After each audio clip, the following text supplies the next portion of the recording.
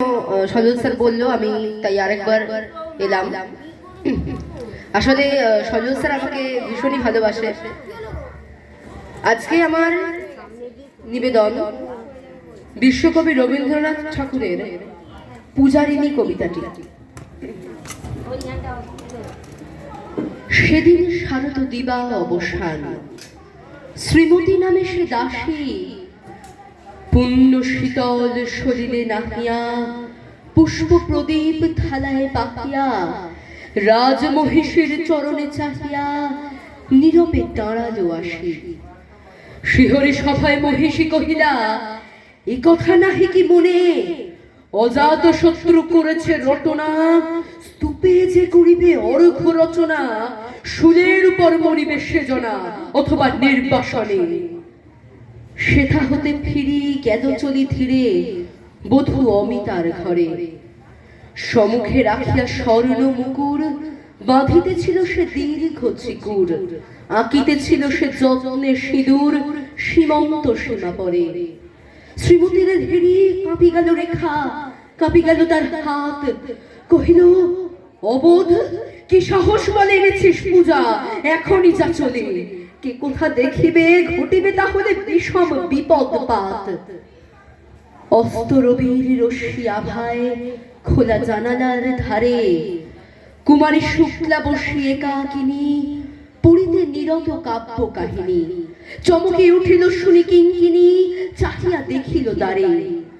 শ্রীমতীরে হেরি পুঁথি রাখি ভূমে দ্রুত পদে গেল কাছে, কহে সাবধানে তার কানে কানে, রাজার আদেশ আজি কিনা জানি, এমন করে কি মরণের পানে ছুটিয়া চলিতে আছে। দ্বার হতে দ্বারে ফিরিল শ্রীমতী লইয়া অর্ঘ থালি। হে পুরবাসিনী, সবে ডাকি কয়, হয়েছে প্রভুর পূজার সময়। শুনি ঘরে ঘরে কেহ পায় ভয়, কেহ দেয় তারি গালি।